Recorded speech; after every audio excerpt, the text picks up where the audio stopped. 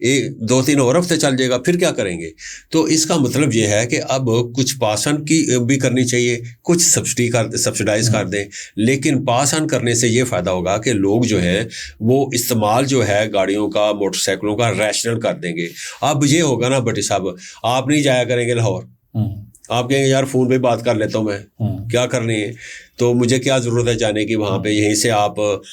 جو ہے ایک جو ہے کانفرنس کر لیا کریں گے تو بات ہو جائے کرے گی۔ تو یہ میرے خیال میں ہمیں چاہیے کہ جو ریشنل ہے وہ یہی ہے کہ پریگمیٹزم کی طرف جائیں، اور پریگمیٹزم یہی کہتا ہے کہ آپ کو تھوڑا بہت جو ہے اگر وہ بڑھانی پڑے تو بڑھائیں، کیونکہ ہماری اکانومی ایٹ سٹیک ہے۔ ہم یہ نہیں چاہیں گے، ہمارے پاس ناظرین یہ ہے کہ سب سے بڑا ایشو آتا ہے بیلنس آف پیمنٹ کا۔ اب ہم نے اس کو بیلنس آف پیمنٹ کو بھٹی صاحب اس کو آف سیٹ کرنے کے لیے گورنمنٹ آف پاکستان نے آج ہی پرائم منسٹر آف پاکستان نے ایک بڑی اہم میٹنگ کی ہے، اور انہوں نے کہا یار ہمارا جو سٹیک ہے، مین سٹیک ہے وہ یہ ہے کہ ہمارے پاس ایگریکلچر ہے، ایگریکلچر کی وجہ سے ہمارے پاس اجناس ہیں، میٹ ہے، لائف سٹاک ہے، تو کیوں نہ ہم ان کو ایکسپورٹ کریں۔ اور ایکسپورٹ پچھلی سے ہم نے تیزی لے آئے ہیں، کیونکہ جو گلف کنٹریز ہیں وہاں پہ تو ایگریکلچر ہے نہیں ہے، وہاں پہ تو فوڈ آئٹمس بنتی نہیں ہیں، نہ پیدا ہوتی ہیں، نہ کاشت ہوتی ہے وہاں پہ، تو امپورٹ ہوتی تھی۔ اب نہ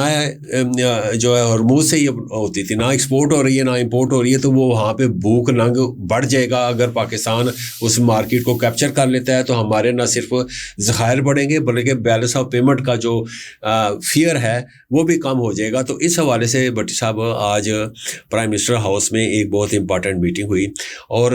پہلے جو شکایت آئی تھی پہلے ہم نے بھی اس کو ہائی لائٹ کیا تھا کہ جو میٹ کی جو ایکسپورٹ ہے اس پہ جو ہے کارگو کو ایک کمپنی ہینڈل کرتی ہے، اس کا نام ہے جیری ڈینارٹ، تو اس نے 50 روپے پر کے جی فیس بڑھا دی تھی۔ اس سے یہ ہوتا تھا کہ ایک ٹن کے پیچھے $180 پر ٹن جو تھی کاسٹ بڑھ گئی تھی۔ تو وہ بھی ایشو جو ہے میرے خیال میں ریزالو ہو گیا، لگتا ہے کہ تمام ایشوز کو ریزالو کر لیا گیا ہے، اور اس میں کمال صاحب نے اس کا مطلب ہے اس کے اوپر کوئی ایکشن کیا ہے، ایکشن کیا ہے، اور انہوں نے ڈی جی جو تھے جو ایویشن اتھارٹی کے ان کو لکھا بھی تھا، تو اس حوالے سے میرے خیال میں یہ مسئلہ حل ہو گیا۔ اور گورنمنٹ آف پاکستان چاہتی ہے کہ ہماری اجناس بھی وہاں پہ جائیں، ہمارے چاول جائیں، ہماری گندم جائے وہاں پہ، سبزیاں جائیں، ہماری پوٹیٹوز جائیں ہمارے، اور we are at this time rich of potatoes, ہمارے پاس وہ سارے پوٹیٹوز ہیں، تو ہم وہ بھی اگر ہم ایکسپورٹ کرتے ہیں، اور خاص کر ہم میٹ ایکسپورٹ کرتے ہیں، ہمارے عربی بھائی بڑے شوق سے میٹ کھاتے ہیں، تو میں سمجھتا ہوں کہ وہ مارکیٹ بھی ہم کیپچر کر لیں گے، اور پھر جو مین جو ہمارا جو چیلنج آئے گا وہ اس مارکیٹ کو مینٹین کرنا ہے، تو مینٹین بھی ہم کریں تاکہ ہم میکسیمم جو ہے فارن ایکسچینج ریزروز کمائیں، اور بیلنس آف پیمنٹ جیسے جو مسائل ہیں وہ ہمارے حل ہو جائے ونس فار آل۔ تو میں چاہوں گا کہ یہ ایک بہت ہی اچھا سٹیپ ہے جو گورنمنٹ آف پاکستان نے لیا ہے۔ بالکل ٹھیک، بہت اچھا سٹیپ ہے ڈیفینیٹلی، اور گورنمنٹ آف پاکستان ایک اور بڑا سٹیپ لی ہے ناظرین، جو کہ اس وقت پاکستان عالمی دنیا کی توجہ کا مرکز بن چکا ہے۔ ایران، امریکہ اور اسرائیل کی اس جنگ کو ختم کروانے اور مشرق وسطیٰ کے اندر امن کے قیام کے لیے پاکستان ایک متحرک ثالث کے طور پر سامنے آیا ہے، اور اطلاعات یہ ہیں کہ آئندہ چند گھنٹوں کے دوران اسلام آباد میں اہم ترین امریکی شخصیات، جس میں امریکی صدر ڈونلڈ ٹرمپ کے مشیر برائے مشرق وسطیٰ اسٹیو وٹکوف، اور اس کے ساتھ ساتھ امریکی نائب صدر جے ڈی وینس کی آمد کی اطلاعات ہیں کہ آئندہ چند گھنٹوں کے دوران شہر اسلام آباد میں ہوں گے، اور اس وقت بھی جو ریلیونٹ کوارٹرز ہیں اور ریلیونٹ اتھارٹیز ہیں اس سلسلے کے اوپر متحرک دکھائی دے رہی ہیں۔ پرائم منسٹر پاکستان کی سعودی کراؤن پرنس محمد بن سلمان سے بات چیت ہوئی، فیلڈ مارشل سے امریکی صدر ڈونلڈ ٹرمپ کی بات چیت ہوئی، اس کے ساتھ ڈپٹی پرائم منسٹر خطے کے دیگر ممالک کے ساتھ ریگولر انٹریکشن کا سلسلہ جاری رکھے ہوئے ہیں، اور توقع ظاہر کی جا رہی ہے کہ پاکستان اس سلسلے کے اندر اپنا اہم رول پلے کرنے میں کامیاب ہوگا۔ لیکن اس دوران ہم دیکھتے ہیں کہ پاکستان اتنا امپورٹنٹ رول پلے کرنے جا رہا ہے، ہمارے کچھ لوگ خائف دکھائی دیتے ہیں، وہ بلا وجہ کی تنقید کر رہے ہیں، اور انہی کے اندر ہم دیکھتے ہیں کہ جب پاکستان اب کچھ اپنی کامیابی حاصل کر رہا ہے، وہاں پر دیکھتے ہیں کہ اب جو پاکستان تحریک انصاف سے وابستہ جڑے سوشل میڈیا اکاؤنٹ ہیں، وہ ان کا ایک بڑا عجیب سا رول سامنے آیا ہے، اور ان کو میرے خیال میں ملک کی تکریم اور ملک کو ملنے والی عزت کے اوپر ان کو میرے خیال میں اس کو اپریشیٹ کرنا چاہیے، اس پہ ان کو یہ خوش ہونا چاہیے کہ پاکستان ایک جنگ بندی اور امن کے قیام کے لیے اپنا اہم کردار ادا کرنے جا رہا ہے۔ دوسری طرف ہم دیکھتے ہیں کہ عالمی سطح کے اوپر خالد صاحب ابھی جو کچھ تصویر مجھے دیکھنے کا موقع ملا، بانی پی ٹی آئی کے بیٹے، دونوں بیٹے قاسم اور سلیمان، اس کے ساتھ زلفی بخاری صاحب،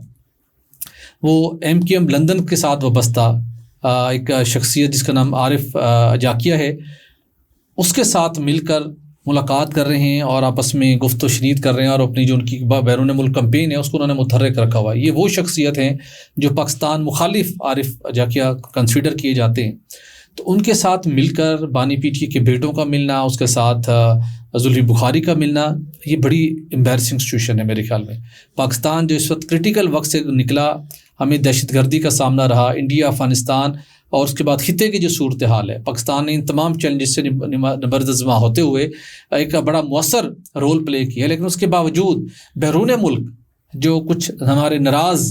دوست ہیں، سیاسی طور کے اوپر آپ کے اختلافات ضرور ہوتے ہیں، لیکن جب آپ کسی سے ملتے ہیں تو آپ کو یہ ضرور ذہن میں اور اپنے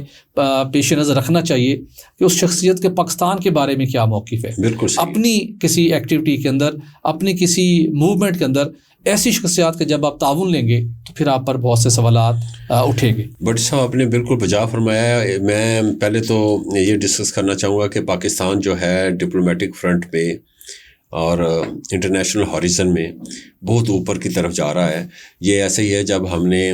مئی کی جنگ لڑی تھی تو اس وقت ہم نے ڈپلومیٹک فرنٹ پہ بھی ہم نے وہ جنگ جیت لی تھی، اور ہم نے جو کائنیٹک جو ہماری لڑائی تھی، وار تھی، وہ بھی جیتی تھی۔ اور اس دفعہ جو ہمیں جو کردار ملا ہے اور جو رول ملا ہے بٹی صاحب، وہ بڑا اپریشیبل ہے۔ اس کا مطلب یہ ہے کہ دونوں جو پارٹیز ہیں،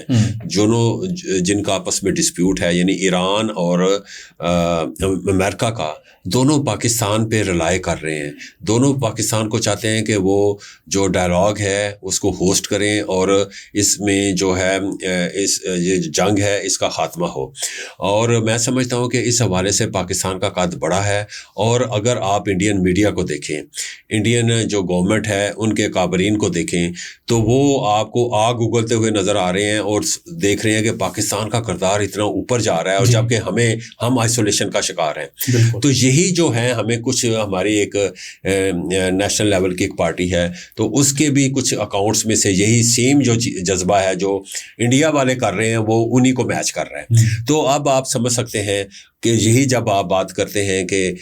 زلفی بخاری ملا ہے، اور جو ہمارے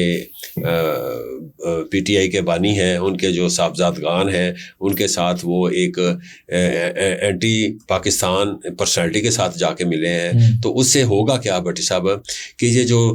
پارٹی ہے، جو کنٹری وائڈ پارٹی ہے، جو جڑیں اپنی رکھتی ہے،